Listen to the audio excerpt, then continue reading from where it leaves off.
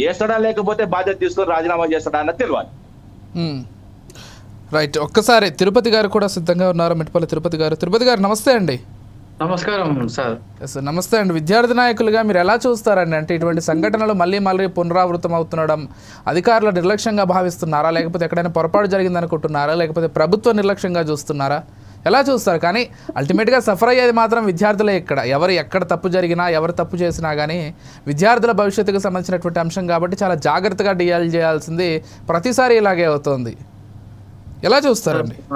అయితే మనం చూసుకుంటే ఈరోజు మనం మొట్టమొదటిగా తెలంగాణ రాష్ట్ర వ్యాప్తంగా ఇలా 10వ తరగతికి సంబంధించినటువంటి పరీక్షలు ఈరోజు రాష్ట్ర వ్యాప్తంగా జరగడం జరిగింది.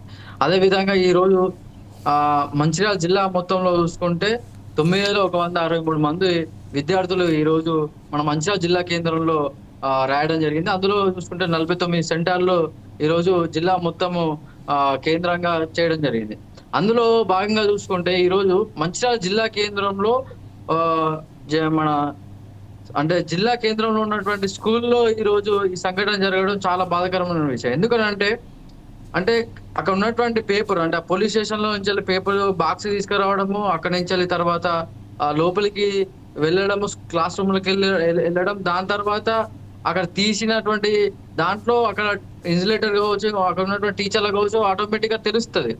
అది తెలిసిన తర్వాత అక్కడ ఉన్నటువంటి డిఓ గారికి కావచ్చు, మిగతా వాళ్ళందరికీ కూడా ఇవ్వాల్సినటువంటి పరిస్థితి. కానీ 2 గంటల సేపు కూడా అక్కడ ఉన్న విద్యార్థులు కూడా అక్కడ అయోమయంగా ఉండడం జరిగింది. అదే విధంగా పేరెంట్స్ కూడా చాలా ఇబ్బంది పడ్డారు. అక్కడ మన 9:30కు స్టార్ట్ అయినటువంటి ఎగ్జామ్ 12:30కు అయిపోయే ఎగ్జామ్, పేరెంట్స్ కూడా చాలా మంది అక్కడ ఉన్నటువంటి స్కూల్లో కావచ్చు, అక్కడ ఉన్నటువంటి హాస్టల్ వార్డెన్స్ కావచ్చు, వాళ్ళందరికీ ఫోన్ చేసినా కానీ మీ పిల్లలు ఇంకా రాలేదు, ఎగ్జామ్ ఇట్లా లీకేజ్ జరిగింది, దీనికి సంబంధించి అంటే తెలుగు బదులు హిందీ రావడం జరిగింది అని చెప్పేసి పేరెంట్స్ అయోమయ పరిస్థితిలో ఈరోజు ఆగమైనటువంటి పరిస్థితి ఈరోజు మన మంచిర్యాల జిల్లా కేంద్రంలో కనిపించింది.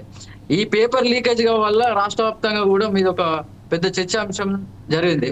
ఎందుకనంటే గతంలో మనం చూసినాం, గతంలో కూడా చాలా పొరపాట్లు అంటే పేపర్ ఇంటర్మీడియట్ కావచ్చు, 10th క్లాస్ కావచ్చు, రకరకాలుగా లీకేజ్ జరిగింది. అంటే మేము ఏమంటున్నాం విద్యార్థి సంఘంగా, మేము చాలా సందర్భాలలో కూడా అంటే ఎగ్జామ్స్ జరగక ముందు నుంచే చెప్తా ఉంటాం, వాటర్ స్పెషలిటీస్ కావాలని చెప్పేసి, కానీ పరీక్షలు సదవిధంగా కావాలని, అంటే మంచి ఏర్పాట్లు చేయాలి అని చెప్పేసి మేము విద్యార్థి సంఘం ఎన్ని ప్రెస్ నోట్లు కావచ్చు అట్లా ఈ విధంగా అధికార రూపంలో కానీ చెప్పినప్పటికీ మళ్ళీ పదే ఇలాంటివి జరగడము చాలా బాధాకరమైన విషయము. ఎందుకంటే ఇప్పుడు ప్రతి ఒక్క స్టూడెంట్ 10th కు సంబంధించినటువంటి ఫస్ట్ ఎగ్జామ్ రాయాలని ఒక మంచి హోప్తోని విద్యార్థులు వస్తారు. వచ్చినప్పుడు ఇట్లాంటి తెలుగు బదులు ఇంగ్లీష్ కు సంబంధించినటువంటి పేపర్ రావడం చాలా దురదృష్టకరమైన విషయం. కాబట్టి ప్రభుత్వానికి మేము ఒకటే తెలియజేస్తున్నాం, ఇలాంటి పునరావృతం కాకుండా ఎవరైతే నిర్లక్ష్యం చేస్తున్నారో వాళ్ళ పైన చర్యలు తీసుకోవాలని చెప్పేసి, అదే విధంగా ఈ రోజు ఇంకోటి ఏంటంటే అక్కడే జిల్లా కలెక్టర్ గారు కూడా వెంటనే వచ్చి అక్కడ ఉన్నటువంటి ఎట్లా జరిగింది ఏంటిది మొత్తం మాట్లాడి అక్కడ ఉన్నటువంటి విద్యార్థులు కూడా మాట్లాడడం జరిగింది.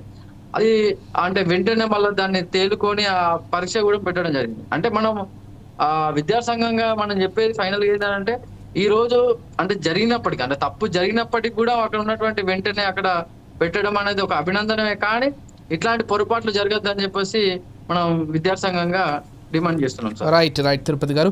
మనతో పాటు